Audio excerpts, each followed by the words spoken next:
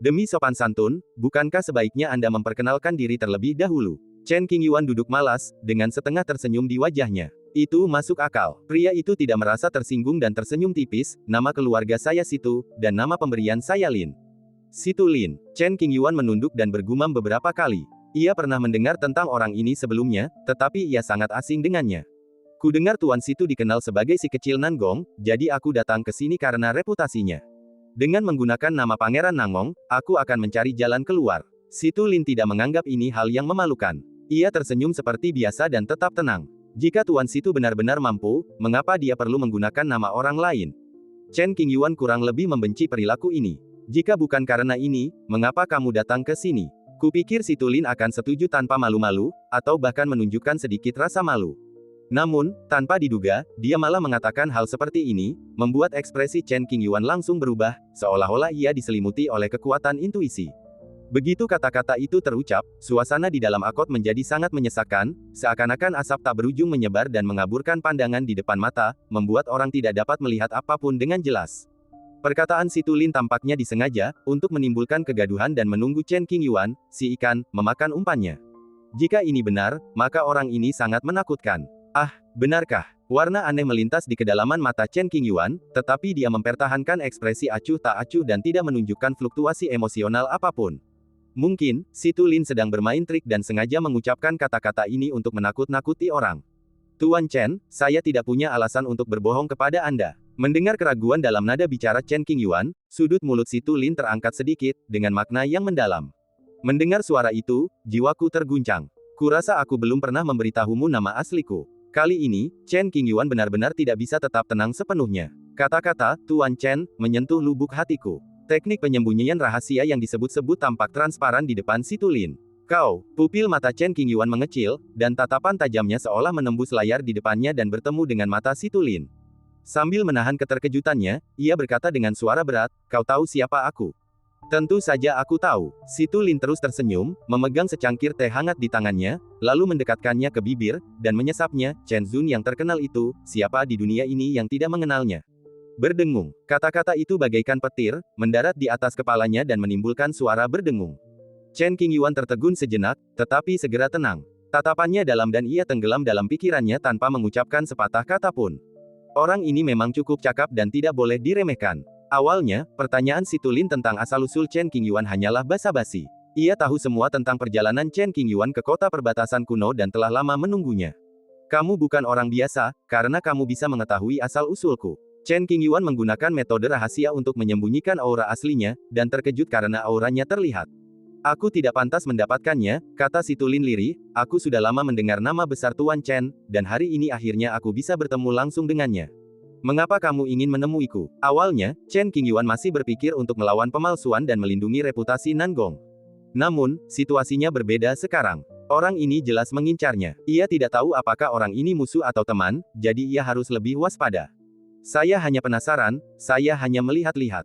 Saat Situ Lin selesai berbicara, layar yang menghalangi mereka berdua disingkirkan oleh kekuatan lembut. Tanpa halangan eksternal, mata mereka bertemu, pikiran mereka rumit. Anda berasal dari mana, Tuan? Chen Qingyuan tampak serius dan bertanya dengan suara yang dalam. Jauh sekali. Situ Lin tidak berkata apa-apa, tampak misterius. Aku belum pernah mendengar namamu selama bertahun-tahun. Melalui pertemuan ini, Chen Qingyuan dapat yakin bahwa orang di depannya bukanlah seorang kultivator biasa. Siapapun yang pernah berkelana di dunia ini sebelumnya pasti akan meninggalkan jejak. Namun, Chen Qingyuan mencari semua kenangan dalam benaknya, tetapi dia tidak mendapat petunjuk. Entah Situ Lin telah bersembunyi di tempat yang sangat dalam sebelumnya, atau, seperti yang dikatakannya, dia datang dari jauh. Jarak. Chen Qingyuan bergumam dalam hatinya, memperluas pikirannya dan membuat tebakan yang berani.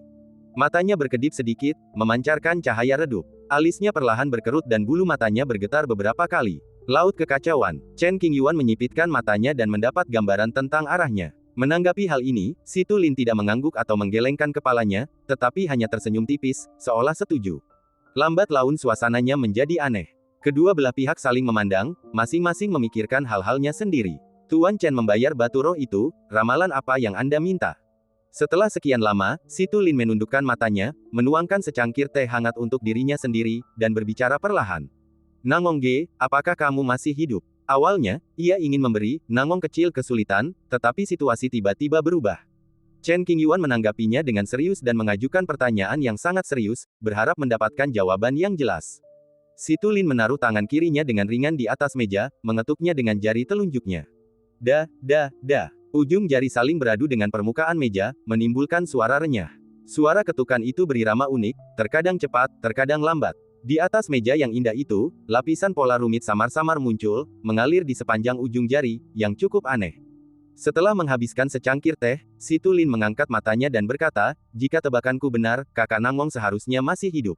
Sungguh, mendengar berita itu, Chen Qingyuan gembira dan tanpa sadar bertanya, berharap agar dia tidak membuat kesalahan. Meskipun saya tidak dapat menghitung lokasi spesifiknya, hidup dan mati tidak sulit untuk disimpulkan.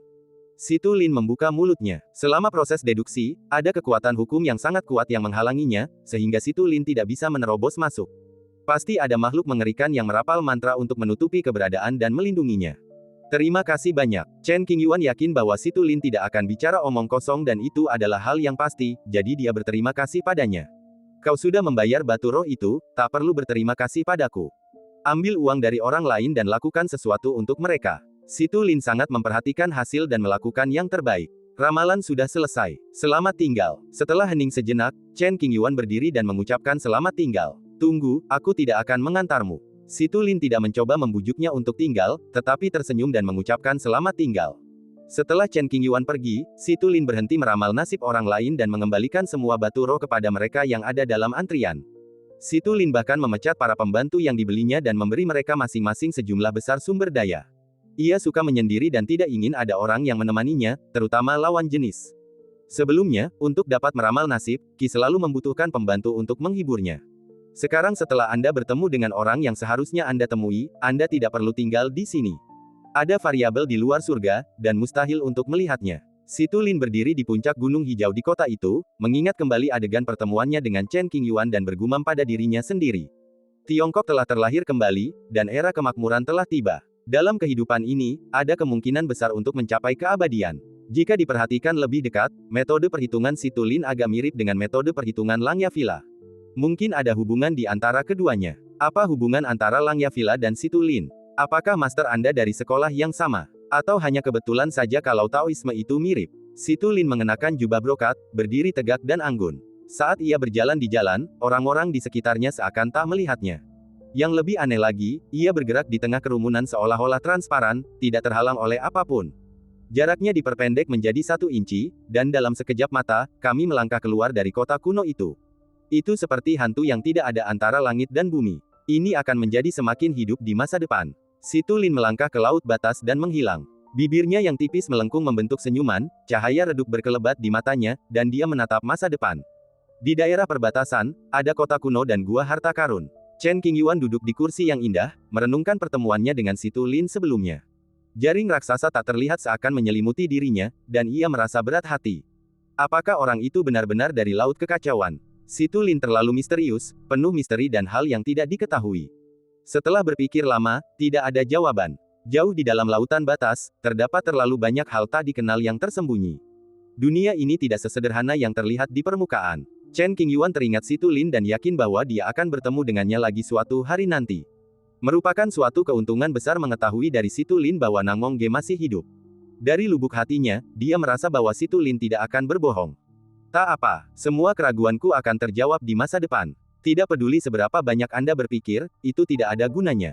Tutup mata Anda dan tunggu waktu berlalu perlahan.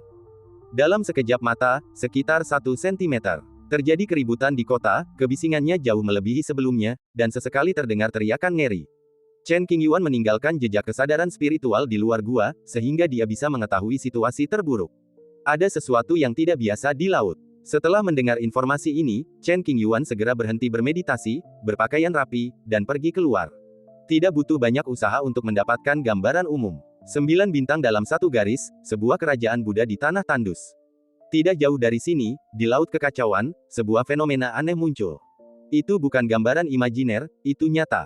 9 bintang kuno dan besar terhubung dalam satu garis. Bintang-bintang gelap gulita, dipenuhi aura tebal, menakutkan, dan mematikan. Seseorang berani mendekat dan menemukan dunia Buddha yang sangat luas. Bila dihitung dengan teliti, terdapat total 999 candi Buddha berwarna hitam legam, tersusun dalam pola khusus, membentuk formasi candi Buddha yang tidak terlihat oleh dunia. Ini jelas negara Buddha, tapi mengapa terasa begitu aneh dan jahat? 9 bintang ini melayang dari suatu area di laut batas. Ada yang salah. Apakah kamu ingin masuk dan melihat-lihat? Saya pernah ke timur, dan kuil-kuil Buddha di sana suci dan hikmat. Kerajaan Buddha ini benar-benar berbeda. Ada tumpukan tengkorak di luar kuil. Aneh sekali. Banyak kultivator di kota itu menatap kerajaan Buddha bintang 9, merasa tertekan tanpa alasan. Setelah menatap terlalu lama, rasanya jiwa mereka akan meninggalkan tubuh mereka dan dilahap oleh kerajaan Buddha. Chen Qingyuan meninggalkan kota dan berdiri di tempat tinggi, dengan tangan di belakang punggungnya dan tatapan mata yang dalam.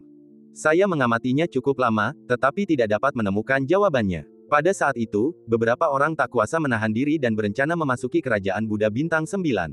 Siapa tahu, mereka mungkin menemukan keberuntungan luar biasa dan mengubah nasib mereka. Masing-masing dari 9 bintang tersebut memiliki sebuah candi Buddha. Totalnya ada 999 candi, dan di luar masing-masing candi terdapat sebuah prasasti kuno bertuliskan teks-teks Buddha kuno. Beberapa prasasti telah rusak akibat erosi seiring waktu. Beberapa orang pertama yang mencapai wilayah Buddha untuk sementara aman dan tidak terluka. Mereka mengamati kuil-kuil Buddha di sekitarnya dan menemukan beberapa batu yang relatif keras. Dengan raut wajah penuh keserakahan, mereka mengumpulkan semuanya dan mencabutnya. Selama saya menganggap sesuatu itu berguna, saya tidak akan merindukannya. Beberapa bahkan mengarahkan pandangan mereka pada tengkorak-tengkorak yang bertuliskan kitab suci Buddha. Meskipun berusaha sekuat tenaga, mereka tidak dapat memindahkannya. Apakah mereka saling menempel? Setelah banyak percobaan yang gagal, orang-orang ini harus menyerah dan melanjutkan penjelajahan. Para biksu yang menonton berangsur-angsur menjadi lebih berani ketika mereka melihat bahwa tidak ada bahaya di kerajaan Buddha. Peluang yang tidak diketahui disertai dengan bahaya yang tidak dapat diprediksi. Setelah berjuang sekian lama, sebagian besar pendeta memutuskan untuk mengambil risiko dan tidak hanya berdiam diri dan menonton.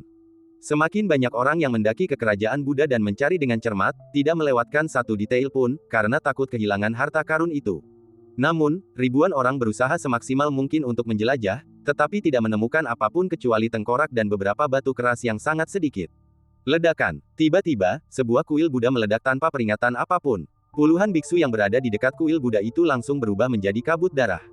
Semua orang terkejut dan bergegas menjauh dari ledakan tersebut, karena takut terluka atau bahkan kehilangan nyawa. Saat kuil Buddha runtuh, awan kabut hitam mengepul. Sesosok hantu Buddha yang diselimuti kabut melayang di atas reruntuhan kuil Buddha, tampak aneh, menakutkan, dan mengerikan. Semua orang mendongak dan menatap Buddha kabut hitam. Rasa dingin menjalar dari tumit mereka dan langsung menjalar ke atas kepala mereka. Apa-apaan ini? Tiba-tiba terdengar teriakan dan semua orang ketakutan. Chen Qingyuan, yang berada jauh, juga terkejut dengan situasi yang tiba-tiba itu. Ia tidak tahu apa yang terjadi, dan raut wajahnya jelas berubah. Ada yang tidak beres, lari. Di langit berbintang, beberapa biksu memperhatikan bayangan Buddha yang tampak sedang tertawa, yang membuat mereka ketakutan. Mereka meninggalkan sepatah kata dan melarikan diri dengan panik, tak berani tinggal lebih lama lagi. Saya tidak akan mencapai kebudaan sebelum neraka kosong. Sang Buddha yang berbayang-bayang itu perlahan-lahan mengeras, dan suara Buddha yang hampa keluar dari mulutnya, seakan-akan berasal dari alam baka, menyihir jiwa dan terngiang-ngiang di telinga, tak dapat menghilang. Dunia ini neraka. Kemudian, bayangan Sang Buddha berbicara lagi, dan cahaya menakutkan menyambar di matanya, dengan simbol Wan di dalamnya, berputar berlawanan arah jarum jam. Sebuah teratai hitam muncul di bawahnya, ditutupi dengan rune khusus dan memancarkan bau aneh. Kalian semua adalah setan jahat. Begitu selesai berbicara, Sang Buddha mengangkat tangan kanannya. Kemudian, sebuah telapak tangan hitam raksasa muncul di langit dan jatuh ke arah kerumunan. Ledakan. Banyak orang tak sempat menghindar dan dihempaskan ke kabut darah oleh telapak tangan raksasa itu. Di antara mereka, banyak praktisi Mahayana yang tak berdaya melawan. Berlari. Orang-orang yang tersisa bergegas keluar dari kerajaan Buddha seperti orang gila. Namun, keinginan misterius Sang Buddha telah terbangun, jadi bagaimana mungkin ia membiarkan setan jahat ini lolos? Sebuah penghalang tak terlihat menghalangi seluruh kerajaan Buddha. Ribuan orang terjebak di dalam, dan tidak peduli cara apa yang mereka gunakan, mereka tidak dapat menembus penghalang tersebut. Ah! Satu demi satu segel Buddha berjatuhan, diiringi teriakan. Setelah sekitar setengah cangkir teh, kerajaan Buddha menjadi sunyi. Tak ada angin atau ombak, dan suasananya benar-benar sunyi. Orang-orang di luar terkejut dengan pemandangan ini. Mereka diselimuti rasa dingin dan menggigil sesekali, dengan ekspresi ketakutan yang luar biasa. Pikiran Sang Buddha yang masih ada di dunia manusia masih memiliki kekuatan yang mengerikan. Chen Qingyuan menatap Buddha yang terbentuk oleh kabut hitam, matanya berkilat terkejut. Di wilayah kerajaan Buddha, tengkorak yang tak terhitung jumlahnya tampak hidup, bergetar lembut dan memancarkan cahaya aneh. Ratapan samar terdengar, menggema di seluruh kerajaan Buddha. Langit diselimuti kabut hitam tebal. Di bawah pengaruh hukum yang tak diketahui, kabut hitam tebal itu meliuk dan berubah bentuk, membentuk ribuan wajah Buddha yang mengerikan, aneh, jahat, dan sangat menakutkan. Nyanyian Buddha yang merdu menyebar ke seluruh penjuru dunia. Suaranya seperti tangisan anak kecil, tajam dan menusuk, gemetar, dan membuat orang-orang merasa gelisah. Kerajaan Buddha Bintang 9 bagaikan neraka. Mungkin didirikan oleh seorang biksu setan dahulu kala, dan obsesinya terlalu dalam sehingga masih ada hingga saat ini. Para biksu yang berlari lebih awal ketakutan melihat pemandangan mengerikan di kerajaan Buddha. Mereka terus menyeka keringat dingin dari wajah mereka, dan tubuh mereka gemetar. Mereka jelas ketakutan. Obsesi biksu kuno tak tergoyahkan oleh orang biasa. Chen Qingyuan mengamati perubahan di kerajaan Buddha dan menilai, siapapun yang mampu menghilangkan kebencian kerajaan Buddha pastilah orang yang sangat beruntung. Tidak ada seorang pun yang dapat melakukan hal semacam ini, kecuali umat Buddha. Kerajaan Buddha yang terapung di kedalaman lautan batas itu pasti pernah diperintah oleh seorang tokoh terkenal dengan kekuasaan yang luar biasa semasa hidupnya. Menjauhlah, nyawamu dipertaruhkan. Setelah kejadian ini, tidak ada seorang pun yang berani mendekati kerajaan Buddha karena takut kehilangan nyawa. Tak lama kemudian, kabar tentang apa yang terjadi di sini akan menyebar ke wilayah-wilayah ramai di dunia luar. Saat itu, mungkin akan menarik minat para pejuang tingkat tinggi, termasuk biksu Buddha berpangkat tinggi, untuk menyelidikinya. Namun, perubahan di batas laut tidak hanya terjadi di sini, tetapi juga di banyak tempat lain. Di perbatasan antara wilayah selatan dan negara kekaisaran, ruang angkasa runtuh, menciptakan pusaran mengerikan yang mampu menelan ratusan bintang. Beberapa bulan kemudian, sebuah peti mati batu, yang panjangnya hampir 1 juta kaki, muncul dari pusaran tersebut, berdiri melintang di tengah ruang angkasa yang kacau. Misteri yang tak terungkapkan itu sungguh mencengangkan. Di perbatasan antara Dizu dan Dongtu, sebuah benua muncul, ditutupi dengan batu-batu besar berwarna merah tua, tetapi tanpa sehelai rumput pun. Pemandangan aneh serupa terjadi di banyak sudut, menimbulkan sensasi hebat. Wajar saja jika muncul beberapa kejadian aneh dan tak terduga saat Tiongkok dibentuk ulang. Selama beberapa tahun, Chen Qingyuan menyembunyikan identitas aslinya dan menjalani kehidupan yang damai di kota perbatasan kuno tanpa masalah apapun.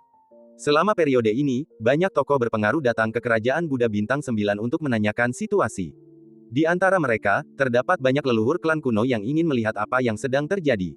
Akan tetapi, meskipun para penguasa klan kuno maju, mereka tidak mampu mengendalikan kerajaan Buddha dan menderita kerugian besar. Leluhur sebuah klan kuno, yang mengandalkan kultivasinya sendiri dan harta karun klan yang paling berharga, dengan berani menerobos penghalang dan melangkah ke alam Buddha. Begitu ia masuk, ia mulai bertarung dengan hantu Buddha raksasa. Ratusan ronde telah berlalu, dan leluhur klan kuno itu tidak mampu mematahkan obsesi Buddha terhadap pengusiran setan dan mundur dengan luka-luka.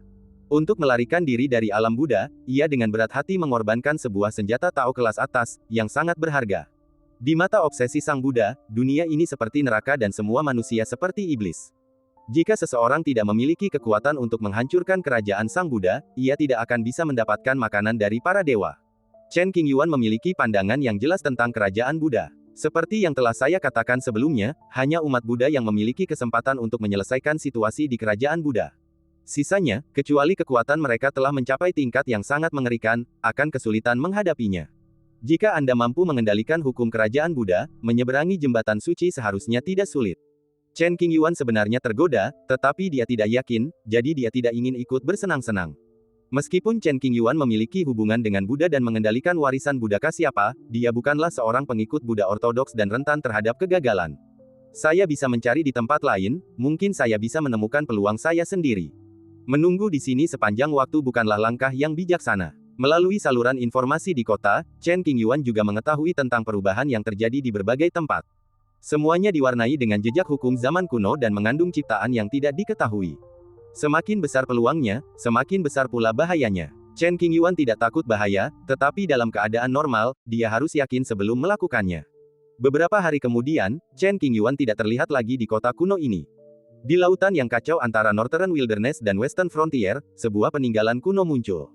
Konon peninggalan ini sangat istimewa, dengan banyak sekali pohon osmanthus yang ditanam di sana. Wanginya ada di mana-mana dan menyegarkan. Tidak ada yang lain kecuali pohon osmanthus. Seseorang masuk untuk memeriksa dan tidak menemukan bahaya. Siapapun orangnya, mereka bisa masuk dan keluar dengan bebas. Ada begitu banyak perubahan di laut batas, mengapa Chen Qingyuan pergi ke reruntuhan osmanthus? Ini membawa kita kepada pria misterius, Si Tulin. Sebelum pergi, Chen Qingyuan menerima surat dari Si Tulin. Surat itu terkirim melalui udara dan jatuh ke tangan Chen Qingyuan dalam keadaan utuh. Metodenya sungguh luar biasa. Isi suratnya sederhana dan mengarah ke suatu arah. Mintalah secangkir anggur osmanthus. Mungkin itu akan membantu budidayamu. Si Tulin dapat melihat bahwa kultivasi Chen Qingyuan sedang mengalami hambatan, jadi dia menyampaikan pesan untuk meminta bimbingan. Meskipun tidak ada tanda tangan pada surat itu, Chen Qingyuan dapat menebak bahwa surat itu ditulis oleh si Tulin. Sebuah perasaan, tidak ada yang salah dengan itu. Jadi, Chen Qingyuan memulai perjalanannya dengan suasana hati yang rumit. Zaman telah berubah, hal-hal aneh terjadi di mana-mana, bahkan beberapa orang aneh pun bermunculan. Seperti keadaannya sekarang, meskipun klan kuno abadi tampaknya berada dalam posisi dominan, situasi sebenarnya mungkin tidak demikian. Secara kebetulan, tepat saat Chen Qingyuan pergi, Sekte Buddha Timur tiba. Sekte Buddha mengirimkan lebih dari 10 biksu terkemuka untuk datang ke kerajaan Buddha Bintang 9. Jika ini masalah yang menyangkut agama Buddha, bagaimana mungkin kita tidak menganggapnya serius? Ada penganut Buddha kontemporer, seorang guru Zen, dan sisanya adalah biksu terkemuka dari periode Mahayana. Aneh. Sang guru Zen menatap tajam ke arah kerajaan Buddha sambil mengerutkan kening. Saya bersedia mengujinya. Seorang biksu Mahayana tingkat tinggi mengajukan diri. Tunggu, murid Buddha itu berhenti sejenak, wajahnya serius. Kita bisa maju bersama, maju atau mundur. Bagus. Para biarawan mengangguk. Terlalu berbahaya untuk pergi sendirian untuk menyelidiki situasi ini. Kisah penghinaan yang dialami leluhur klan kuno saat berkunjung ke kerajaan Buddha telah diketahui banyak orang, jadi jangan dianggap remeh dan tetaplah berhati-hati. Dipimpin oleh para pengikut Buddha, lebih dari 10 biksu terkemuka datang ke kerajaan Buddha. Tidak lama kemudian, bulan hitam tiba-tiba muncul di langit di atas wilayah agama Buddha, menggantung di atas kepala sang Buddha dalam kabut hitam, yang bahkan lebih aneh lagi. Para murid Buddha dan yang lainnya duduk bersila di udara, tangan terkatup rapat, alis tertunduk, melantunkan sutra. Seketika, matahari keemasan terbit di atas para biksu, suci dan lembut.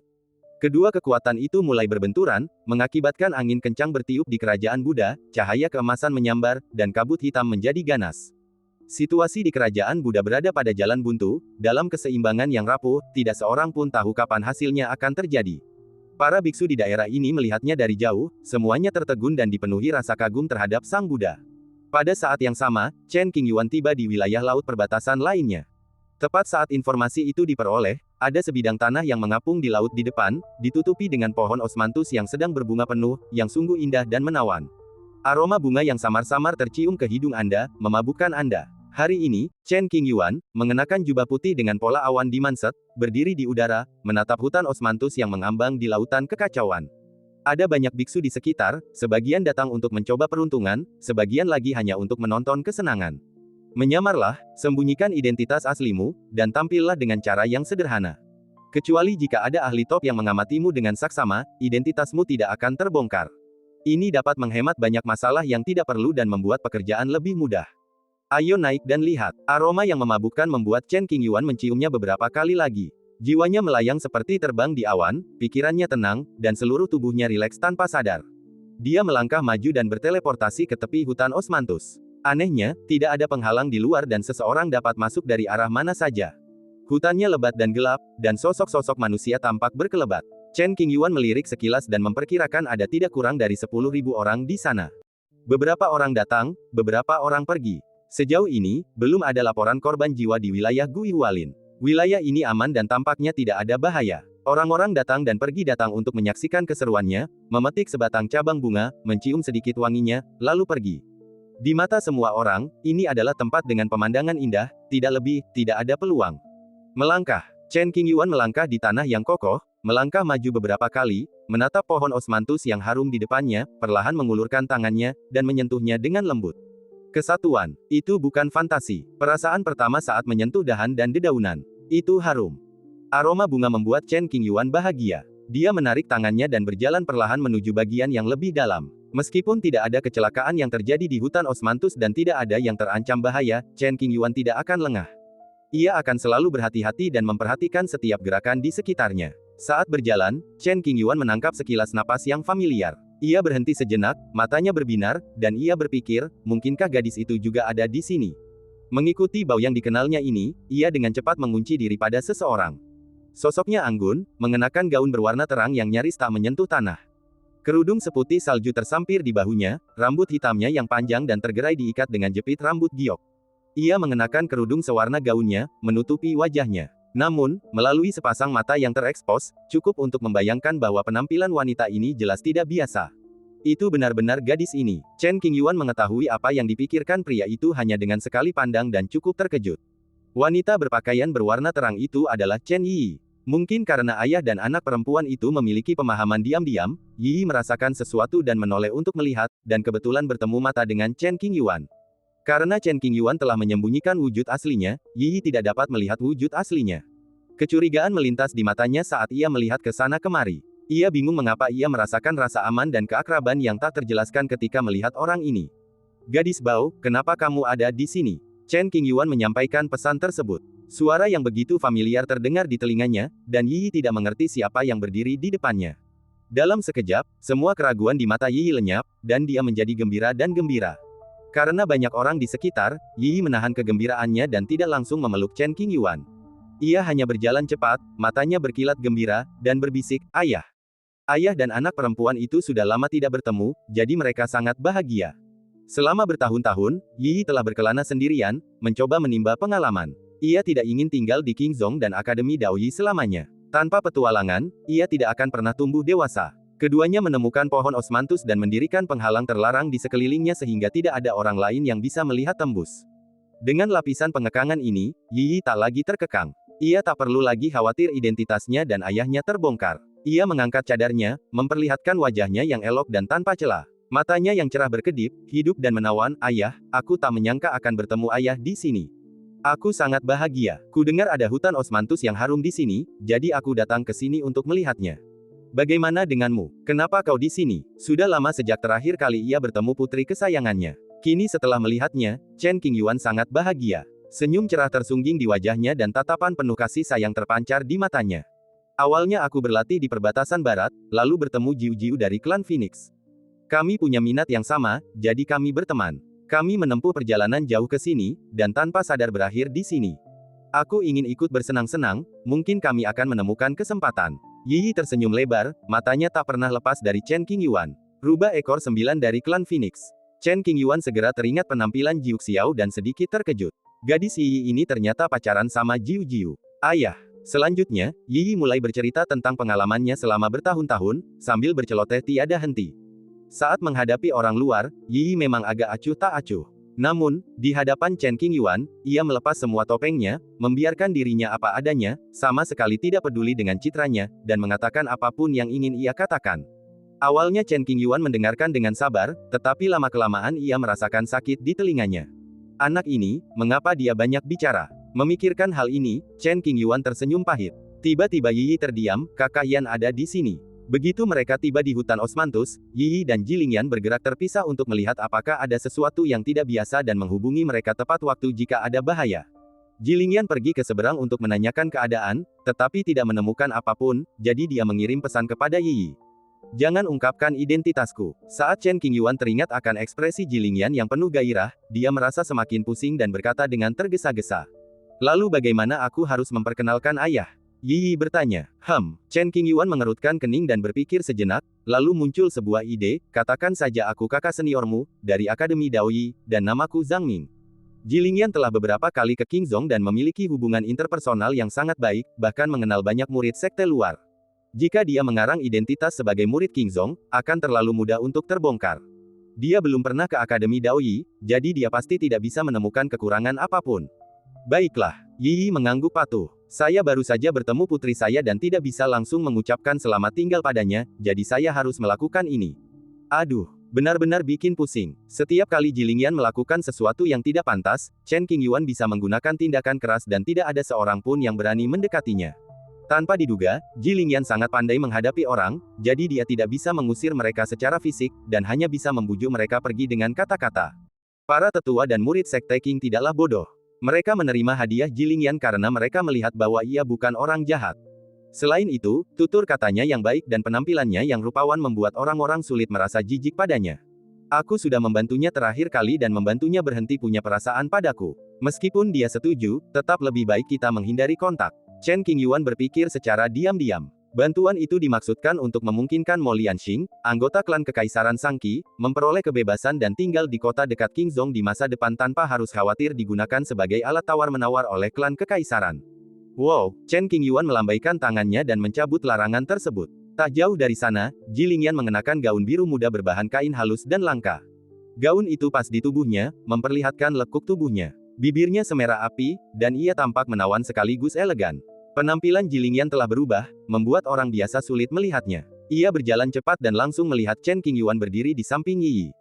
Ia menyipitkan mata dan mulai mengamatinya. Tatapan agresif itu bergerak maju mundur, tanpa ada yang ditutup-tutupi dan terang-terangan. Yi, siapa ini? Setelah berpisah beberapa saat, ada seseorang di sebelah Yi, yang membuat Ji Lingyan sangat penasaran dan dia bertanya. Dia Zhang Ming, salah satu kakak laki-laki saya, yang belajar di Akademi Daoyi. Kami kebetulan bertemu dan berencana untuk bepergian bersama. Yi memperkenalkan dirinya sesuai dengan apa yang diajarkan Chen Qingyuan padanya. Oh, Ji Lingyan, meskipun seorang putri dari klan Phoenix dan memiliki banyak bakat terpendam, tidak dapat melihat metode rahasia Chen Qingyuan untuk menyembunyikan penampilannya.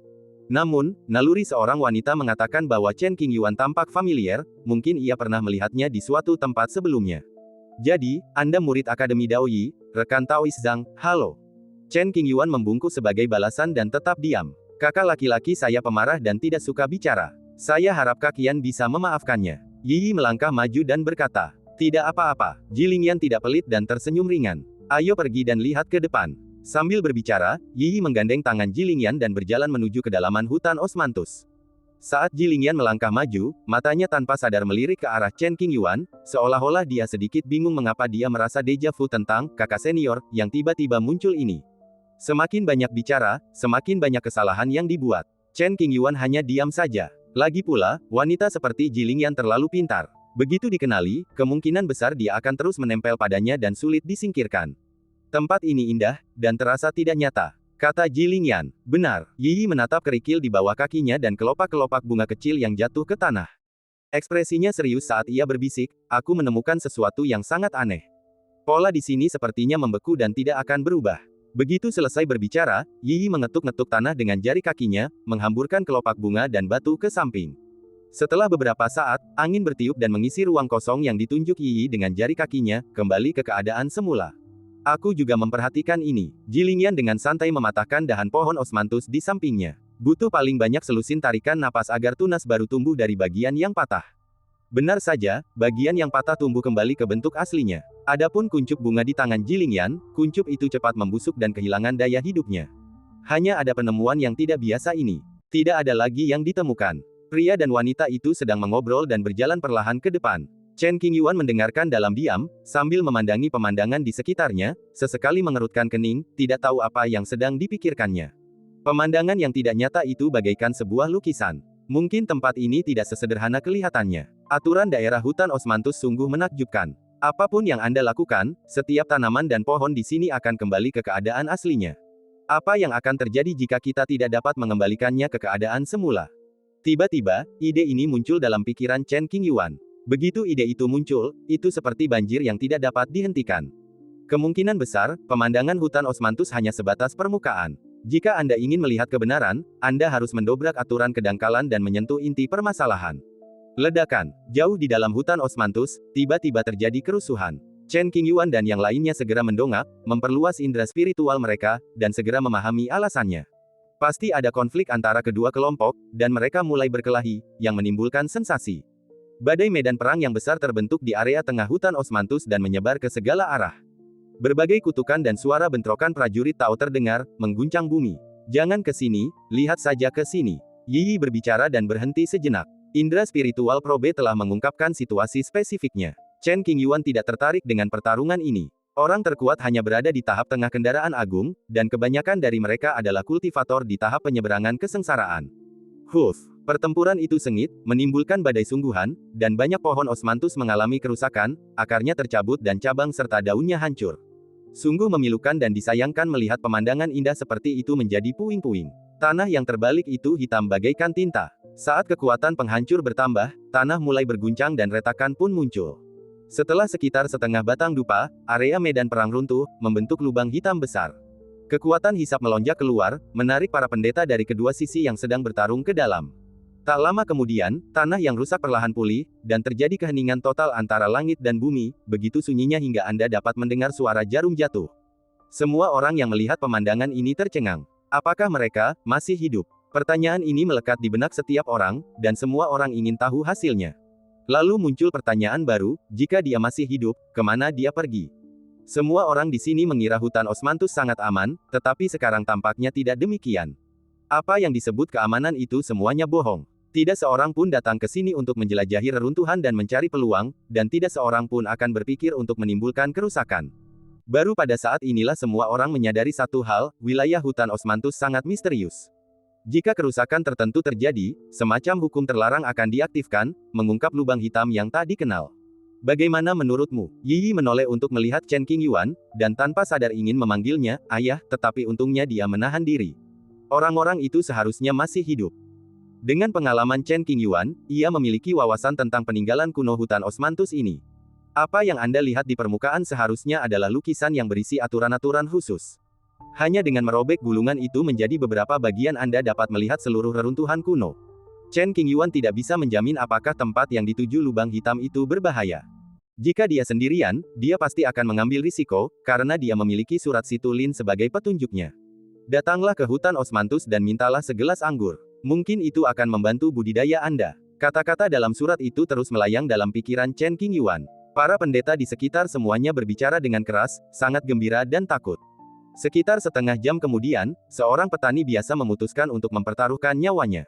Ia menggertakkan gigi dan memukul tanah sekuat tenaga. Dengan suara, bang, yang keras, sebuah lubang besar runtuh di bawah kaki petani biasa itu, gelap gulita seperti jurang. Dia terus menyerang, hanya untuk menyentuh area terlarang khusus di tempat ini, memasuki lubang hitam, dan mencapai tempat lain.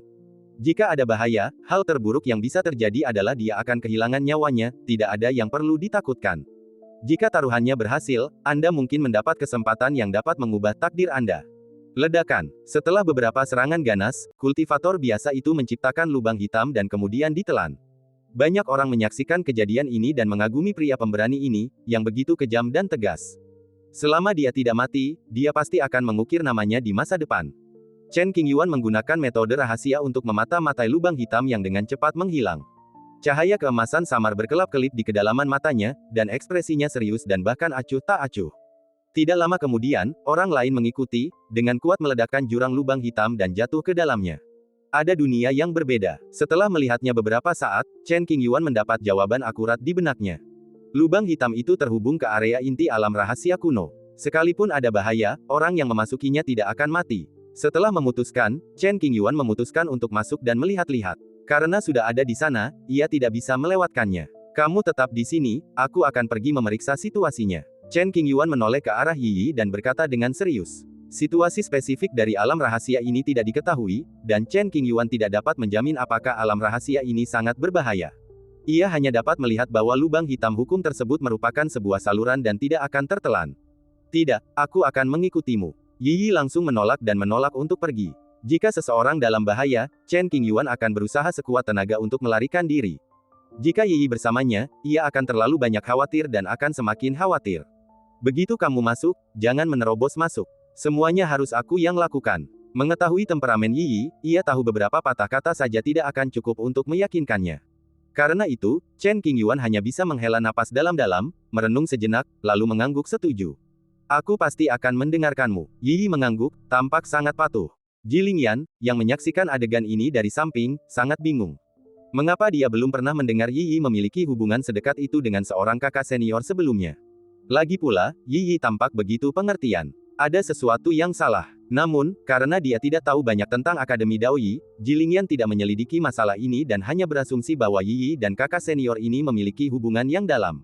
Ledakan. Saat berikutnya, Chen Qingyuan menepuk tanah di bawah kakinya. Jumlah kekuatan yang tepat sudah cukup untuk menciptakan celah dalam hukum. Hanya berdasarkan fluktuasi aura telapak tangan ini, orang lain tidak akan pernah bisa menebak asal-usul Chen Qingyuan. Merayu. Segera setelah itu, Chen Qingyuan dan yang lainnya ditelan oleh hukum lubang hitam di bawah. Mata mereka tiba-tiba menjadi hitam dan mereka tidak dapat melihat apapun. Setelah beberapa saat menarik napas, cahaya muncul di hadapanku. Sebuah kekuatan tak dikenal membuat Chen Qingyuan dan yang lainnya mendarat di tanah yang kokoh. Perasaan itu sangat nyata, seolah-olah mereka berada di dunia luar. Ada prasasti batu di depannya, dengan 3 karakter besar terukir di atasnya, kota Qinggui. Di sebelah prasasti batu itu ada sebuah pintu terbuka. Sebuah kota dengan ribuan rumah. Para pejalan kaki yang berlalu lalang mengobrol dan tertawa, mengenakan pakaian sederhana, tanpa jejak energi spiritual. Wajah para lansia dipenuhi bekas luka kasar, sementara anak-anak yang bermain dan berkelahi berlumuran lumpur dan tanah.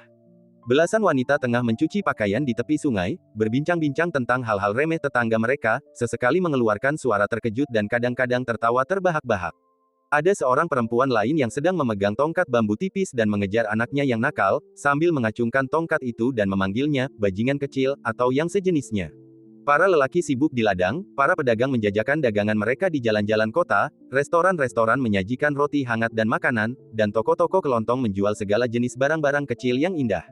Pemandangan di sini tidak berbeda dengan kota-kota biasa. Ada perkelahian dan pertengkaran, tetapi juga kehangatan dan kegembiraan. Situasi semacam ini sangat umum terjadi di dunia manusia dan tidak ada yang layak mendapat perhatian. Namun, hal ini menjadi sangat tidak biasa di dalam reruntuhan kuno. Apakah itu orang yang hidup? Jilingyan menatap kosong ke arah tanaman dan pepohonan di sekitarnya. Ia mencoba berbagai cara, tetapi tidak dapat memastikan apakah situasi di depannya nyata atau palsu. Yi juga menunjukkan keraguan tentang ini dan tanpa sadar menatap Chen Qingyuan di sampingnya. Berhati-hatilah dan jangan lengah. Chen Qingyuan menguasai teknik pupil terdahsyat di dunia dan melakukannya secara diam-diam. Semuanya normal dan ia tidak dapat mendeteksi adanya kelainan. Apakah orang-orang ini hidup? Makhluk-makhluk yang hidup di reruntuhan kuno itu hanyut bersama mereka melintasi lautan kekacauan, dan entah sudah berapa tahun berlalu. Jika mereka benar-benar manusia yang hidup, itu pasti mengerikan. Ilusi seperti itu ternyata bisa tersembunyi dari pandangan Chen Qingyuan, yang cukup untuk menunjukkan betapa aneh dan mengerikannya tempat ini. Bahkan Chen Qingyuan, yang telah melalui banyak hal, merasakan hawa dingin di punggungnya. Berjalan, sekarang kita sudah sejauh ini, bagaimana kita bisa mundur? Lagi pula, pergi itu tidak mudah, setidaknya untuk saat ini. Chen Qingyuan menenangkan dirinya dan melangkah maju. Yi dan Jilingyan mengikutinya dari dekat, bukan dengan rasa takut, tetapi lebih dengan rasa ingin tahu dan terkejut. Menatap punggung Chen Qingyuan, Jilingyan merasa entah kenapa merasa tenang, dan dia tidak mengerti mengapa. Para biksu yang sebelumnya tertelan lubang hitam hukum telah memasuki kota. Kemana mereka pergi dan apa yang mereka lakukan, belum diketahui. Penduduk kota terkejut melihat Chen Qingyuan dan kelompoknya datang dari tidak jauh dan mulai berdiskusi dengan keras. Orang luar lainnya telah datang. Mereka berpakaian aneh, saya tidak tahu dari mana mereka berasal. Dari manapun mereka berasal, tempat ini tidak sebaik di sini. Pakaiannya bagus sekali, dan kainnya tidak terlihat murahan. Petik 2. Penduduk berbicara secara terbuka, dan pandangan penasaran tertuju pada Chen Qingyuan dan yang lainnya. Jilingyan tak kuasa menahan diri untuk merapal mantra, dan indera spiritualnya menelusuri ingatan dalam benak seorang manusia biasa. Alisnya berkerut, dan ia semakin bingung. Manusia fana yang jiwanya dicari tidak terluka, tetapi merasa sedikit lelah dan ingin kembali tidur. Bagaimanapun, ini adalah teknik pencarian jiwa dari klan kuno abadi, dan tidak akan membahayakan nyawa manusia fana. Lihat ini, Jilingyan mengangkat tangannya, dan cahaya putih berkedip di ujung jari telunjuknya. Chen Qingyuan dan Yi berhenti, kesadaran spiritual mereka menyentuh cahaya putih di ujung jari mereka, dan mereka segera mengetahui situasi di kota. Dalam ingatan penduduk kota, dunia luar berada dalam kekacauan, dan kebanyakan orang yang meninggalkan kota tidak pernah kembali hidup-hidup. Sesekali, mereka yang telah pergi menjelajah akan kembali dan bercerita tentang dunia luar, tempat perang berkecamuk dan mayat-mayat berserakan di seluruh negeri. Hanya dengan tinggal di kota Qinggui Anda dapat terhindar dari bencana alam dan malapetaka buatan manusia serta menikmati kedamaian dan kesejahteraan. Gagasan ini tertanam dalam jiwa setiap orang di kota itu. Hanya ada satu kota di seluruh area ini. Kesadaran spiritual Chen Qingyuan menyentuh batas reruntuhan kuno. Kecuali kota Qinggui, tempat-tempat lain kacau balau dan diselimuti kabut. Ingatan mereka pasti telah dirusak secara tak terlihat. Yi menebak, mengapa kamu melakukan ini? Dan siapa yang melakukannya? Masalah baru muncul. Dan yang paling penting, apakah orang-orang di kota ini benar-benar ada? Chen Qingyuan mengerutkan kening dan merenung sejenak, lalu mengangkat matanya untuk melihat seseorang dan berkata dengan lembut, pergi ke jalan selatan. Jalan selatan, tanya Jilingyan bingung, rekan Taois Zhang, apakah kau menemukan sesuatu? Menurut ingatan orang ini, minuman di South Street Tavern adalah yang paling harum dan lembut. Mata Chen Qingyuan terpejam saat ia merenung, terutama Guyi Brew dari kedai itu, yang sungguh unik. Anggur, apa yang aneh tentang itu? Jilingyan dan Yi keduanya tampak mencurigakan. Tanpa menjawab, Chen Qingyuan berjalan menuju jalan selatan. Melewati banyak kios dan toko, saya melihat sekeliling tetapi tidak melihat sesuatu yang aneh, saya juga tidak merasakan bahaya apapun. Tak lama kemudian, kami sampai di ujung South Street dan melihat pub di depan kami. Sebuah plakat kasar dengan 4 kata terukir di atasnya, takdir datang dan pergi. Takdir datang dan pergi, 4 kata yang sangat umum. Chen Qingyuan mendongak dan menatapnya lama. Jantungnya berdebar tak terkendali, dan entah kenapa ia merasa sedikit gugup. Dadada, menenangkan emosinya yang gelisah, Chen Qingyuan melangkah masuk ke kilang anggur. Meski ada sedikit kecurigaan di mata gadis itu, dia tidak bertanya apa-apa lagi dan hanya mengikutinya. Ada lebih dari selusin orang duduk di pub, menikmati makanan dan anggur, mengobrol dan tertawa. Sekilas, tidak ada yang aneh. Apa yang ingin Anda makan, tamu-tamu terkasih? Seorang pelayan muda datang. Meskipun mengenakan pakaian kasar yang ditambal-tambal, ia tampak sangat bersih dan ramah. Pelayan itu cukup terkejut melihat Chen Qingyuan dan yang lainnya mengenakan pakaian brokat. Ia berpikir bahwa orang-orang ini pastilah pengusaha kaya dari tempat lain dan harus diperlakukan dengan baik. Ingatan penduduk kota jelas telah dirusak. Alasannya dan siapa yang melakukannya belum diketahui. Anggur Guixi, apakah ada? Chen Qingyuan bertanya dengan sopan. Ya, silakan duduk. Saya akan mengambil anggur. Pelayan itu menunjuk ke sebuah meja kosong, mengambil taplak meja di tangannya dan mengelapnya sambil berkata dengan nada menyanjung. Sama sekali tidak merasa jijik dengan lingkungan tersebut, Chen Qingyuan langsung duduk. Gadis itu tidak shock. Setelah duduk, ia melihat ke setiap sudut kedai, tetapi tidak menemukan sesuatu yang aneh. Ia tidak mengerti apa maksud Chen Qingyuan datang ke sini. Para tamu di restoran itu sering melirik Chen Qingyuan dan yang lainnya dengan mata penasaran dan saling berbisik. Tak lama kemudian, pelayan itu datang dengan cepat sambil membawa 3 kendi anggur Guixi. Dengan hati-hati meletakkan anggur di atas meja, pelayan itu berkata, anggur Guixi sudah datang. Apa lagi yang Anda inginkan? Tidak ada yang lain, terima kasih. Chen Qingyuan mengeluarkan sebatang perak, membayar anggurnya, dan menganggap sisanya sebagai tip. Sebelumnya, melalui pencarian jati diri, saya jadi mengenal sebagian kota Qinggui, dan perak adalah mata uang yang beredar di sini. Terima kasih, Tuan. Pelayan itu sangat gembira dan membungkuk berulang kali. Jarang sekali ia melihat tamu yang begitu murah hati. Ia yakin akan mendapat rezeki berlimpah kali ini. Pertama, kami mengonfirmasi bahwa alkohol tersebut tidak beracun dan belum dirusak. Chen Qingyuan menyesapnya, ekspresinya tidak berubah. Bagi orang biasa, anggur ini memang harum dan lezat, tetapi bagi Chen Qingyuan, anggur ini tampak terlalu biasa dan tidak memiliki daya tarik. Kemudian, Chen Qingyuan mulai memikirkan surat si Tulin, berpikir dalam hati, dia memintaku datang ke sini untuk meminta secangkir anggur Guixi. Bukankah ini kedai? Apa aku salah tempat? Plakat kedai itu muncul di depan mataku. Datang dan perginya takdir mungkin tampak biasa saja, tetapi sesungguhnya ia mengandung jejak ritme Dao yang dapat menggetarkan jiwa. Chen Qingyuan mempercayai intuisinya dan tidak akan membuat kesalahan. Yi Yi dan Ji Lingyan menyesap minuman mereka dan tidak merasakan apa-apa. Kedua wanita itu saling berpandangan, masing-masing melihat secercah kecurigaan di mata satu sama lain. Mereka mungkin berbisik-bisik tentang alasan mereka datang ke kedai ini, tetapi mereka tidak dapat memahaminya. Setelah berpikir sejenak, Chen Qingyuan memanggil pelayan. Tuan, apa yang Anda inginkan? Pelayan itu takut tamu terhormat itu akan mengingkari janjinya dan mengambil tipnya.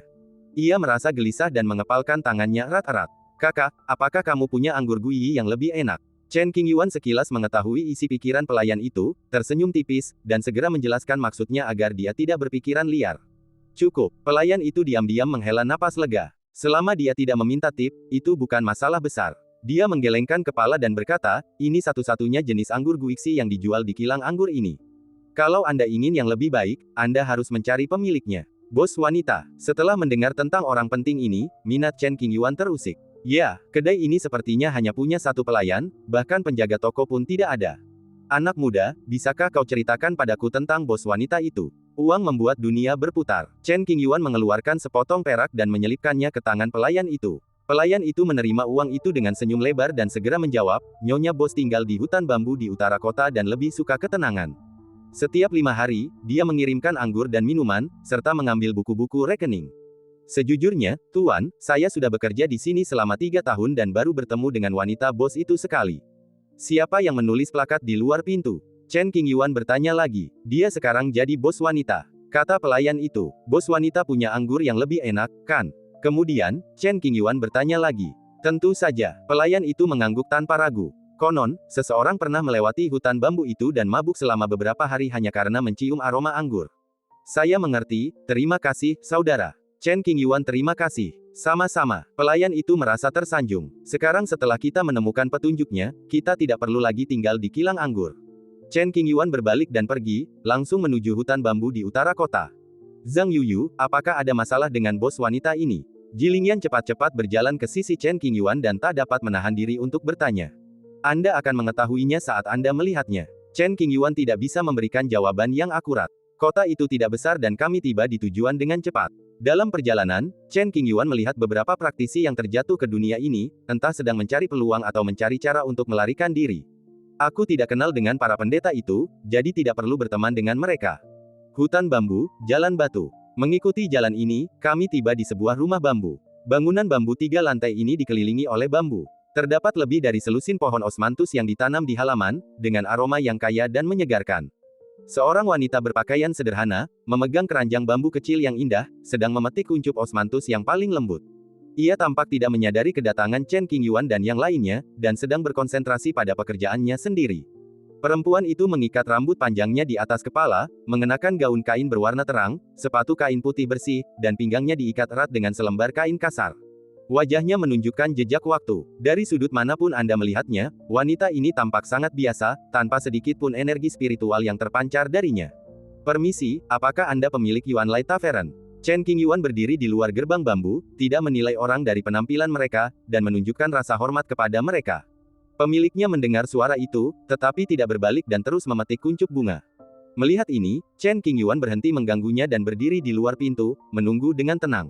Kedua gadis itu sangat bijaksana dan tidak melakukan hal-hal yang kasar. Mereka sangat jujur dan mengobrol secara diam-diam. Jilingyan sesekali melirik Chen Qingyuan, merasa semakin aneh. Karena mengenal Yi Yi dengan baik, ia tidak mengerti mengapa ia mau mendengarkan seorang kakak senior dengan begitu patuh. Sekalipun mereka memiliki hubungan dekat, tidak akan seperti ini. Mungkinkah Yi Yi menyukai kakak senior ini? Jilingyan tampaknya telah menemukan sesuatu, matanya berbinar, dan dia bertanya pada Yi Yi, "Yi Yi, apakah kamu menyukai Zhang Yiyu?" "Dia kakak laki-lakiku, tentu saja dia menyukaiku," jawab Yi Yi tanpa ragu. "Yang kumaksud bukan cinta antara kakak dan adik, tapi cinta antara pria dan wanita," tegas Jilingyan. "Apa?" Ekspresi Yi Yi tiba-tiba berubah, dan ia hampir berteriak keras. Ia menoleh dan memelototi Jilingyan, lalu langsung menjawab, "Jangan bicara omong kosong. Dia ayahku. Apa yang kamu pikirkan?" Yi Yi terdiam, tetapi dia tidak dapat mengetahui identitas asli Chen Qingyuan. Semakin Yi Yi keberatan, semakin Jilingyan merasa ada yang mencurigakan, dan dia mengungkapkan senyuman yang penuh arti. "Siapa kamu? Apa yang kamu lakukan di sini?" Setelah beberapa saat, sang pemilik rumah menyelesaikan pekerjaannya dan berjalan menuju pintu bambu, mengajukan pertanyaan-pertanyaan dengan ekspresi dingin. Tatapan mata bos wanita itu sangat dingin, seakan-akan dia menjaga jarak darimu, dan kamu tidak bisa mendekatinya. "Kemarilah dan minta minum." Chen Qingyuan mengepalkan tinjunya. "Untuk apa aku memuaskanmu?" Pemiliknya tahu orang-orang itu berasal dari luar dan berkata dengan dingin, "Masuk akal." Pada saat ini, Chen Qingyuan tidak punya pilihan selain mengeluarkan surat itu. Melalui pintu bambu sederhana yang tingginya hampir setinggi dada, ia mengoper surat situlin melintasi udara. Surat yang melayang di udara itu tidak mengejutkan sang induk semang, yang tetap acuh tak acuh. Jika itu orang biasa di kota, mereka pasti akan ketakutan. Saya membuka surat itu dan melihat isinya. Pemiliknya mencium aroma yang familiar dan alisnya perlahan berkerut. Mungkin karena waktu telah berlalu begitu lama, ia tidak ingat siapa orang itu. Dengan surat ini sebagai panduan, sikap wanita bos terhadap Chen Qingyuan berubah drastis. Ia tak lagi sedingin dulu dan sedikit melunak, "Siapa yang memberimu surat itu?" "Situlin." Tanpa ragu, Chen Qingyuan menjual pria misterius ini, apakah bos wanita itu mengenalnya? Begitu mendengar nama itu, sang pemilik seolah teringat banyak kejadian di masa lalu. Matanya berkaca-kaca, dan pikirannya melayang ke berbagai macam pikiran. Setelah beberapa lama, pemiliknya kembali sadar, menatap Chen Qingyuan dengan tatapan rumit, dan berkata lembut, "Masuk." Dengan izin bos wanita, Chen Qingyuan mendorong pintu bambu dan berjalan masuk perlahan. Gadis itu mengikutinya, dan kecurigaan di wajahnya menjadi semakin kuat. "Ada meja kayu kecil di halaman. Duduk di sana." Pemiliknya menunjuk ke meja kayu. Kelompok itu duduk, dengan 4 orang duduk di setiap sisi. Mejanya kosong dan suasananya aneh. Pemiliknya telah memegang surat itu, memandanginya dengan alis tertunduk, tatapannya berubah dari waktu ke waktu, menyembunyikan pikirannya yang tak terhingga. "Di mana dia?" Pemilik toko mengembalikan surat itu kepada Chen Qingyuan, menatapnya, dan nadanya dipenuhi dengan rasa tidak mengizinkan pembangkangan. "Saya hanya bertemu dengannya sekali, dan saya tidak tahu di mana dia." Chen Qingyuan menjawab dengan jujur. "Hanya pertemuan kebetulan." Pemiliknya sedikit terkejut. Mengingat kepribadiannya, tidak wajar baginya untuk memberikan arahan pada pertemuan pertama kami. "Permisi, senior, siapa sebenarnya Situlin?" Chen Qingyuan benar-benar tidak mengetahui identitas orang ini. Dilihat dari reaksi bos wanita itu, sepertinya dia kenalan lama Situlin. Dia bukan orang biasa seperti yang terlihat, dan jelas pantas menyandang gelar senior. Kau tidak tahu. Pemilik toko itu kembali bingung, menatap Chen Qingyuan bolak-balik, ingin melihat lebih dalam. Sayangnya, Chen Qingyuan seperti lapisan kabut, menutupi matanya, membuatnya tampak misterius. Kau begitu asing dengannya, tapi dia bersedia menulis surat untuk memberimu petunjuk. Aneh. Mohon pencerahannya, senior. Chen Qingyuan mengepalkan tangannya dan bertanya. Pernahkah Anda mendengar tentang 9 jilid kitab surgawi? Mungkin karena menghormati Si Tulin, atau mungkin karena Chen Qingyuan agak misterius, pemilik restoran itu merenung sejenak dan mengajukan pertanyaan. Tidak, Chen Qingyuan memikirkannya dengan hati-hati dan menggelengkan kepalanya. Saya belum pernah mendengar tentang 9 jilid kitab surgawi. Pemiliknya sedikit mengernyit. Ia tidak begitu paham tentang era sebelumnya dan kehilangan persepsinya tentang waktu. Kapan itu sebelumnya? Sudah lebih dari 10.000 tahun sejak zaman Kaisar Taiwei, kata Chen Qingyuan. Siapakah Kaisar Taiwei? Tanya pemilik restoran itu lagi, karena ia pernah mendengar tentang orang ini sebelumnya. Ekspresi Chen Qingyuan dan yang lainnya berubah dan hati mereka tergerak. Di era apakah pemilik rumah yang berpenampilan seperti orang desa ini hidup? Lupakan saja, aku akan menemukan jawabannya sendiri. Pemiliknya tampak terlalu malas menggunakan metode tanya jawab ini untuk mendapatkan informasi. Setelah menyadari banyak orang telah jatuh ke kota, ia menutup mata dan merapal mantra secara diam-diam.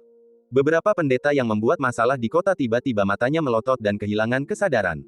Dengan pencarian jiwa yang kuat, dia mengetahui segalanya tentang dunia luar hanya dalam beberapa saat.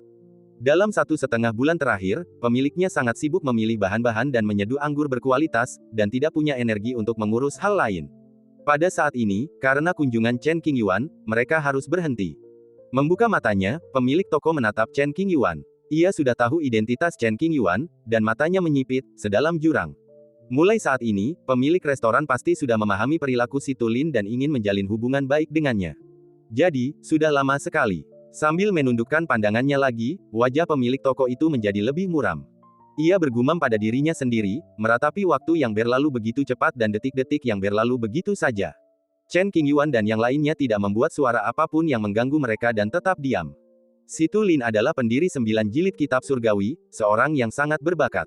Sang induk semang, setelah menerima informasi dari dunia luar, memberi contoh, jika tebakanku benar, Villa Langya saat ini pasti telah memperoleh 1 jilid kitab surgawi, untuk menyimpulkan perubahan di langit dan bumi serta menentukan sebab dan akibat dari semua alam. Apa? Berbicara tentang 9 jilid kitab surgawi saja, Chen Qingyuan dan yang lainnya tidak begitu mengerti apa yang diwakilinya. Namun, ketika menyangkut Villa Langya, dampaknya cukup kuat. Tak seorang pun meragukan apa yang dikatakan pemilik restoran itu, dan semua orang terkejut. Hanya dengan memperoleh 1 dari 9 jilid kitab surgawi, Villa Langya mewarisi ratusan ribu sastrawan, menunjukkan warisan yang mendalam dan status transendennya. Hal yang paling menakjubkan adalah lahirnya sosok yang tak tertandingi di era ini, yaitu Nangong. Mungkin, karena Nangong Ge memiliki pemahaman mendalam tentang kitab suci itu, ia mampu bersikap begitu jahat dan tidak melewatkan apapun. Dalam hal ini, jika kita harus membuat hubungan, Si Tulin dapat dianggap sebagai leluhur Nangong Ge. Tiba-tiba, Chen Qingyuan teringat kembali pada pertemuannya dengan Si Tulin. Seolah-olah ada kabut di depan matanya, dan ia menjadi semakin bingung dengan dunia ini. Bagaimana mereka semua bisa bertahan hidup? Rentang hidup seorang kaisar adalah 100.000 li. Metode apa yang digunakan makhluk-makhluk mengerikan ini untuk mengungkap jejak mereka di kehidupan ini? Alam semesta yang tak terbatas menyembunyikan terlalu banyak rahasia. Sebagian orang takut, sebagian orang penasaran. Bahkan di era kejayaan itu, tak ada sosok sekejam Kaisar Nifa. Paling banter, mereka hanya bisa menyainginya. Sang pemilik penginapan menatap Chen Qingyuan dengan saksama. Mengetahui kehidupan dan perbuatannya, ia memujinya dengan murah hati, pantas saja Si Tulin bersedia datang dan membawamu ke sini. Terima kasih atas pujianmu, senior, kata Chen Qingyuan dengan rendah hati. Jelas saja, pemiliknya mengetahui penyamaran Chen Qingyuan dan mengetahui identitas aslinya. Karena kamu sudah di sini, mari kita minum secangkir anggur guyi. Pemiliknya menyetujui permintaan ini, mungkin karena Si Tulin, tetapi lebih karena nilai Chen Qingyuan sendiri, yang layak untuk diinvestasikan. Setelah berkata demikian, pemilik rumah itu berdiri dan berjalan keluar dari rumah bambu itu, mungkin untuk mengambil anggur. Mendengarkan percakapan antara keduanya, Jilingyan memahami kata kunci, membalikkan kaisar. Hanya ada satu orang di seluruh dunia yang layak mendapatkannya. Dikombinasikan dengan kinerja Yi, dengan kecerdasan Jilingyan, bagaimana mungkin dia tidak menebak identitas sebenarnya dari rekan Taois Zhang ini? Yang Mulia Chen. Jilingyan melirik Chen Qingyuan, matanya berkilat terkejut. Setelah identitasnya terungkap, Chen Qingyuan tidak dapat menutupinya. Dia menoleh dan melirik Jilingyan, tanpa menjawab, memperlakukannya dengan dingin. Dan kau merahasiakannya dariku. Itu keterlaluan. Dari tatapan ini, Ji Lingyan yakin akan identitas Chen Qingyuan dan menundukkan kepalanya dengan sedih. Kemudian, ia melirik Yi Yi yang duduk di sebelahnya. Ia mengulurkan tangan dan mencubit kaki Yi Yi, sambil berkata dalam transmisi suara, "Dasar gadis kecil, kau benar-benar berbohong padaku." "Apa-apaan Kakak Zhang? Semua ini omong kosong." Yi Yi salah, jadi dia memalingkan kepalanya ke samping, mengagumi pemandangan, dan tidak berdebat dengan Ji Lingyan. Pikiran Chen Qingyuan sepenuhnya tertuju pada pemilik restoran, dan dia memikirkan banyak masalah. Jika si Tulin benar-benar sekuat itu, maka bos wanita yang memanggilnya dengan namanya berarti dia hanya orang biasa. Lalu, saya teringat kata-kata dalam surat itu, datang ke sini untuk meminta secangkir anggur osmanthus. Kata, berdiskusi, cukup untuk menjelaskan banyak hal. Dia begitu tidak tahu malu untuk datang dan memintanya. Zaman telah benar-benar berubah. Hal-hal kuno yang terkubur oleh waktu akan terungkap satu per satu. Chen Qingyuan berkata diam-diam, pikirannya tegang, penuh antisipasi terhadap situasi masa depan. Dadada. Setelah sekitar secangkir teh, pemilik rumah keluar dari rumah sambil memegang teko giok dan duduk di kursi depan. Ia meletakkan teko giok di atas meja, menatap Chen Qingyuan lagi, dan berkata, secangkir anggur ini sangat berharga. Aku telah menghabiskan waktu bertahun-tahun hanya untuk menyeduh 13 cangkir. Seharusnya aku tidak memberikannya kepada orang luar. Tapi demi si Tulin dan karena kau memenuhi syarat untuk meminumnya, aku bersedia memberikannya kepadamu. Hanya 13 cangkir. Chen Qingyuan terkejut. Pemiliknya telah berada di tempat ini setidaknya selama 1 juta tahun, kalau tidak, bahkan Kaisar Tai Wei pun tidak akan tahu tentangnya. Selama itu, ia hanya menyeduh 13 cangkir anggur. Mungkinkah itu anggur abadi yang sesungguhnya? Chen Qingyuan berpikir begitu. Minum segelas anggur ini akan cukup membantu Anda menembus hambatan dan melangkah menuju jembatan ilahi.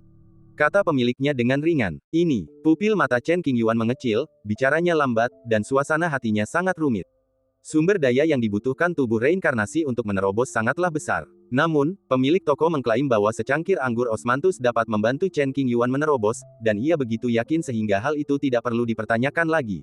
Ini sangat berharga, bagaimana aku bisa menerimanya? Jika ini benar, Chen Qingyuan merasa lebih berat daripada bahagia. Ia mencapai terobosan hanya dengan meminum segelas anggur, yang cukup untuk menunjukkan betapa berharganya anggur tersebut. Kebaikan seperti ini, jika sudah terbayar, akan sulit untuk dibalas.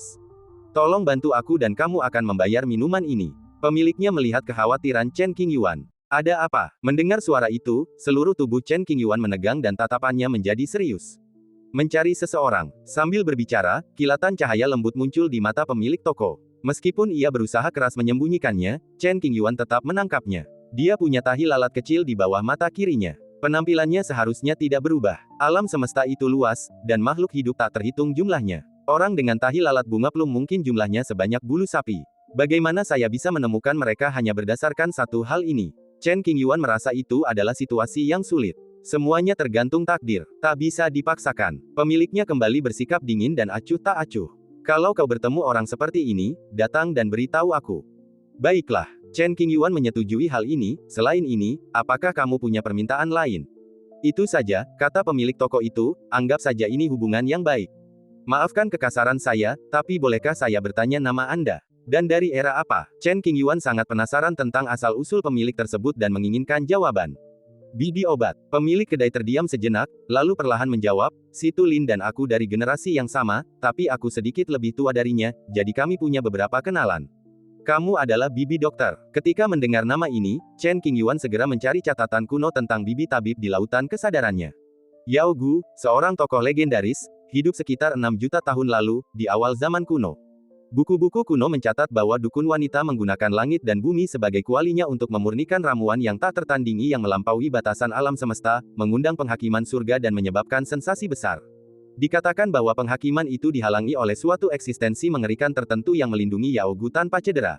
Karena waktu itu sudah sangat lama, yang tercatat hanya beberapa perbuatan penting Bibi Tabib, dan isinya pun tidak lebih dari beberapa patah kata. Chen Qingyuan telah membaca banyak buku kuno dan memiliki ingatan fotografis. Sebutan, Bibi Obat, langsung mengingatkannya pada hal-hal ini. Sungguh luar biasa bahwa kamu masih hidup. Setelah 6 juta tahun, masih ada peluang, sungguh luar biasa. Di sana duduk Yi Yi dan Ji Lingyan, yang pengetahuannya tentang sastra Tiongkok klasik terbatas dan mengenal Bibi Tabib. Meskipun mereka curiga, mereka cukup bijaksana untuk tidak menyela. Ini bukan tentang hidup, tapi tentang keberadaan di dunia dengan cara yang istimewa. Yao Gu berkata dengan dingin. Metode khusus. Chen Qingyuan mengamati Yao Gu dengan saksama, dan sepertinya menyadari sesuatu yang tidak biasa. Ia ragu, jadi ia berbisik, apakah kau kehilangan tubuh fisikmu? Biarkan jiwa dan tubuhmu menyatu dengan Tao, dan hiduplah di dunia ini. Yao Gu secara langsung menyatakan kondisi kesehatannya sendiri. Peninggalan kuno di hutan Osmanthus ini seharusnya merupakan semacam senjata Tao kuno. Di awal zaman kuno, Gu pengobatan memasuki dunia dengan jiwanya, menggunakan metode ini untuk menghindari erosi hukum waktu. Ia bersembunyi di tempat gelap ini dan menanggung penderitaan yang tak terbayangkan oleh orang biasa. Jadi begitulah yang terjadi. Chen Qingyuan tiba-tiba menyadari dan bertanya lagi, apakah orang-orang di kota Qinggui ini benar-benar ada? Mereka adalah orang-orang yang masih hidup, jawab bibi tabib dengan sabar, nenek moyang mereka melakukan dosa besar dan dipenjara di sini. Setelah bertahun-tahun yang tak terhitung jumlahnya, para pendeta yang terjebak di sini bertambah banyak dan berkembang biak, sehingga menyebabkan situasi seperti sekarang ini. Dia menjadi manusia biasa dan ingatannya dirusak. Kurasa itu semua ulah Yao Gu. Kota Qinggui menjadi tempat bagi Yao Gu untuk menghilangkan kebosanannya dan menghindari rasa kesepian. Mengapa tidak ada catatan tentang Situlin dan 9 jilid kitab surgawi dalam kitab kuno? Chen Qingyuan pernah tinggal di istana kekaisaran Taiwei selama beberapa waktu dan memasuki banyak dunia rahasia kuno. Ia akrab dengan jejak sejarah zaman kuno. Namun, tidak peduli berapa kali Chen Qingyuan memikirkannya di lautan kesadarannya, dia tidak dapat menemukan catatan apapun tentang Situlin. Situlin pasti telah memotong dagingnya dan mematahkan tulang daunnya, mengubur semua jejak tubuhnya untuk menyembunyikan sifat aslinya dan menghindari kekuatan waktu. Yao Gu dan Situlin adalah kenalan lama dan saling memahami karakter dan metode masing-masing. Terima kasih telah menjernihkan kebingunganku, senior. Chen Qingyuan perlahan berdiri, membungkuk dan berkata dengan hormat. Saat bertemu dengan seorang tetua dari zaman dahulu, seseorang harus bersikap sopan dan tidak kasar. Selain itu, bibi tabib juga mempersembahkan secangkir anggur Osmanthus, yang bisa dibilang merupakan minuman peri, jadi seseorang harus bersikap hormat dan berterima kasih. Ambil. Yao Gu mendorong pot giok di atas meja ke arah Chen Qingyuan, tampak sedikit lelah. Kalau kamu mau keluar, pergilah ke selatan. Ada pintu di sana. Aku lelah, jadi aku tidak akan bicara lagi. Setelah mengatakan ini, bibi dukun berjalan menuju rumah bambu. Punggungnya terasa sunyi dan dingin, dan ia dipenuhi kesepian dan kesedihan yang tak terlukiskan. Yao Gu memerintahkan semua orang untuk pergi, jadi Chen Qingyuan dan yang lainnya tidak ingin tinggal lama dan bersiap untuk pergi. Sebelum pergi, Chen Qingyuan membungkuk untuk menunjukkan rasa hormatnya. Dia menyimpan pot giok itu di atas meja dan menganggapnya sebagai harta yang berharga. Karena pembatasan pada dasar pot batu giok belum dicabut, saya sangat ingin tahu seperti apa anggur peri di dalam pot tersebut. Di mata bibi Yao dan Situlin, segelas anggur ini pasti akan membantu Chen Qingyuan menerobos hambatan di wilayahnya. Tubuh reinkarnasi adalah jurang maut. Jika ia benar-benar menerobos karena segelas anggur, maka nilai anggur itu tak terkira. Cari orang yang punya tahi lalat bunga plum di bawah mata kirinya. Chen Qingyuan teringat permintaan Yao Gu dan merenung dalam hati, mungkinkah Yao Gu terjebak di tempat ini karena orang yang punya tahi lalat bunga plum itu? Apakah mereka pasangan Tao, atau mereka keluarga? Setelah diamati lebih dekat, situasi Yao Gu mirip dengan gadis berbaju merah. Namun, Yao Gu menyerahkan segalanya untuk menjadi roh senjata. Tubuh gadis berbaju merah itu masih utuh, jadi masih ada kesempatan untuk melarikan diri di masa depan. Berjalan dan berpikir, menuju ke arah selatan menuju pintu keluar. Selama masa ini, mereka bertemu dengan banyak biksu yang datang. Semua yang membuat masalah ditekan oleh kekuatan tak terlihat, kultivasi mereka di penjara, dan mereka berubah menjadi manusia biasa. Kota Qinggui tidak terlalu besar, dan para biksu menyelesaikan tur mereka dalam waktu singkat tanpa menyadari sesuatu yang tidak biasa atau menemukan peluang apapun. Ini adalah kandang, dan sekali Anda terjebak di sini, akan sulit untuk keluar. Para praktisi yang ingin masuk untuk mencari peluang merasa bingung dan sangat cemas. Apakah kamu bisa lolos atau tidak tergantung pada keberuntunganmu sendiri. Jangan ikut campur urusan orang lain. Chen Qingyuan berkata, dan terus melangkah maju tanpa mempedulikan orang lain. Dalam perjalanan menuju pintu keluar, mereka tidak sengaja menyembunyikan keberadaan mereka. Namun, siapapun yang berhati-hati pasti akan menemukan arah yang dituju Chen Qingyuan dan yang lainnya dan mungkin akan memeriksanya nanti. Ini wilayah Yao Gu. Tanpa izinnya, Chen Qingyuan tidak akan terlalu ikut campur, agar tidak merusak hubungan baik kedua belah pihak. Setelah beberapa jam, mereka sampai di ujung selatan. Benar saja, ada pintu giok kuno di sini. Ayo pergi. Chen Qingyuan melangkah maju, mencapai pintu, dan mendorongnya dengan kuat. Pintu batu itu tidak terlalu kuat menahannya, jadi pintu itu perlahan terbuka. Memanggil. Kemudian, mereka bertiga melintasi pintu giok kuno dan meninggalkan ruang khusus ini. Gambarannya gelap sesaat, dan ketika saya membuka mata lagi, pemandangan telah berubah menjadi hutan Osmanthus, dengan bunga Osmanthus manis di mana-mana dan harumnya menyenangkan. Tempat Chen Qingyuan dan yang lainnya keluar relatif terpencil, jadi mereka tidak ditemukan oleh orang lain, yang menghemat beberapa masalah bagi mereka. Kamu tidak perlu tinggal di sini lama-lama. Setelah keluar dari hutan Osmanthus, kami tiba di daerah tak berpenghuni dan berhenti sejenak. Hutan Osmanthus ini memang merupakan keajaiban alam, tetapi bagaimana orang lain bisa mendapatkan anggur ajaib di tangan dukun tersebut? Selama jutaan tahun, 13 cangkir anggur abadi diseduh. Nilainya tinggi dan sulit diperkirakan. Bagi orang biasa, meminta secangkir kopi hanyalah mimpi belaka. Kota Qinggui, hutan bambu lebat.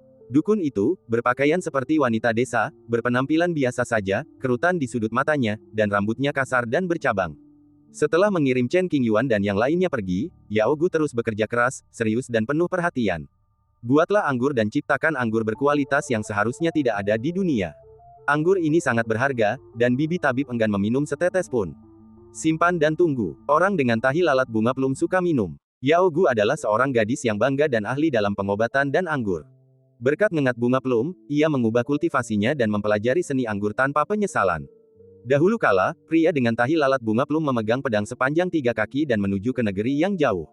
Ketika dia pergi, dia berkata, "Saya akan minum anggur itu saat saya kembali." Bibi dokter berhenti sejenak dan menjawab, "Iya." Dengan cara ini, dia menunggu selama bertahun-tahun dan dia menunggu selama bertahun-tahun. Dunia telah berubah secara dramatis dan waktu telah berubah. Gu Obat selalu percaya bahwa ia akan kembali, dan ia tak ragu menggunakan teknik terlarang untuk membiarkan jiwanya memasuki dunia, hanya untuk hidup selamanya di dunia ini. Rasa sakit yang mencabik jiwa yang ia alami selama periode ini tak diketahui orang luar. Waktunya datang. Tiba-tiba angin sepoi-sepoi bertiup, dan sehelai daun mendarat di bahu dukun, seolah dibelai lembut. Dukun itu mengangkat matanya, menatap ke kejauhan yang tak dikenal, bergumam pada dirinya sendiri. Sebuah planet yang sepi. Ayah, kita mau pergi kemana selanjutnya? Dia mencondongkan tubuh dan memanggil dengan suara lembut. Bagaimanapun, Ji Lingyan sudah menebak identitas Chen Qingyuan, jadi tidak perlu menyembunyikannya. Aku masih ada urusan, kamu bisa berlatih sendiri. Kata Chen Qingyuan serius, ingat, jangan terlalu agresif. Jika kamu menghadapi bahaya yang tak terpecahkan, gunakan perlengkapan penyelamatmu dan segera keluar. Oh, Yi tak ingin berpisah dari ayahnya. Mengetahui ayahnya bukan orang biasa dan cukup sibuk, ia terpaksa mengangguk. Jadilah anak baik. Chen Qingyuan mengusap kepala Yi dan tersenyum penuh kasih sayang, lain kali kita bertemu, ayah akan membawakanmu hadiah. Benar-benar, mendengar ini, mata Yi berbinar, dia sangat bahagia, dan depresinya barusan hilang. Tentu saja, aku tidak pernah berbohong padamu. Chen Qingyuan berjanji. Oke, Yi mengingatnya dan mengulurkan jari kelingking tangan kirinya, sambil berkata, sematkan. Oke, janji kelingking. Kamu sudah dewasa, tapi masih saja kekanak-kanakan. Tidak mungkin, Chen Qingyuan tersenyum tak berdaya, mengulurkan jari kelingkingnya dan membuat janji kelingking dengan Yi, bertekad untuk tidak mengingkari janjinya. Ji Lingyan menyaksikan pemandangan ini dari samping, dengan senyum di wajahnya, mata penuh iri. Semasa kecil, ia dan ayah klannya tidak pernah berkomunikasi, dan yang mereka bicarakan hanyalah kepentingan klan. Kasih sayang kekeluargaan merupakan suatu hal yang teramat mewah bagi klan kuno yang abadi. Tidak, Chen Qingyuan berbalik dan pergi. Dari awal hingga akhir, dia tidak pernah mengobrol dengan Ji Lingyan atau menyapa. Dengan cara ini, dia memberitahu Ji Lingyan untuk tidak mempunyai ide-ide yang tidak realistis dan membiarkan dia melihat ini dengan jelas sesegera mungkin. Meskipun ini merupakan tindakan yang kejam dan menyakitkan, tidak ada pilihan lain selain melakukannya. Kita tidak bisa terus-terusan menggantung Ji Lingyan dan membiarkannya semakin terjerumus ke dalam masalah. Chen Qingyuan terbang ke udara dan segera menghilang. Gadis itu telah dewasa dan tak bisa lagi hidup di bawah naungan orang tua. Ia perlu keluar dan menimba pengalaman agar benar-benar tumbuh dan memiliki kemampuan untuk melindungi dirinya sendiri. Kakak Yan, ayahku, Yi ingin meminta maaf kepada ayahnya, yang bahkan tidak menyapa. Namun, ia tidak tahu harus mulai dari mana, dan ia ragu-ragu, tampak sedikit malu. Tidak perlu bicara lagi, aku mengerti maksudmu. Ji Lingyan sangat cerdas dan tahu dengan jelas mengapa Chen Qingyuan memperlakukannya begitu dingin. Menatap ke arah Chen Qingyuan pergi, Ji Lingyan menatapnya cukup lama sebelum berbisik, meskipun kemungkinan aku dan Yang Mulia Chen menjadi pendamping Tao sangat kecil, hidup di dunia ini selalu membutuhkan tujuan. Sekalipun akhirnya aku gagal, aku tidak akan menyesalinya. Setidaknya aku bisa bertemu dengannya beberapa kali lagi dan mencapai posisi yang lebih tinggi. Mendengar ini, hati Yi bergetar, dia membuka bibir merahnya, tetapi akhirnya dia tidak bisa mengatakan sepatah kata pun. Ada banyak reruntuhan kuno di sekitar sini. Mau menjelajah. Ji Lingyan tiba-tiba menyingkirkan suasana hatinya yang murung, tersenyum manis, dan berbicara dengan suara lembut. Baiklah, mari kita pergi bersama. Yi sedikit terkejut dan mereka saling tersenyum.